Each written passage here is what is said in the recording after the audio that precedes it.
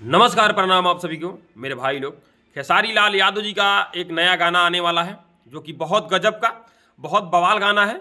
मेरे भाई लोग इंस्टाग्राम पे खेसारी लाल यादव जी और सारेगामा हम भोजपुरी दोनों मिलकर एक कोलैबोरेशन किए थे, उसमें लिखा गया था बहुत बवाल गाना, जो कि आप लोग जाकर देख भी सकते हैं। सारेगामा हम भोजपुरी पे खेसारी लाल यादव जी का उस गाने का कुछ पोस्टर टाइप का, अभी पूरा पता नहीं चल पा रहा है क्या है, लेकिन पोस्टर टाइप का एक वीडियो अपलोड हुआ है जो कि 1 मिनट का लमसम देख सकते हैं आप लोग,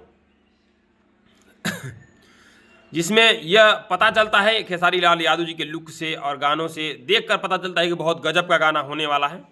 तो आप लोग इंतजार कीजिए, और जो भी हमारे भाई खेसारी लाल यादव जी का फैंस है, मेरे भाई इस वीडियो को दबा के शेयर मारिए ताकि सबको पता चले, और खेसारी लाल यादव जी का जब गाना आए तो ज़्यादा से ज़्यादा प्यार मिले। दबा के इस वीडियो को शेयर मारिए मेरे भाई, और इंतज़ार कीजिएगा।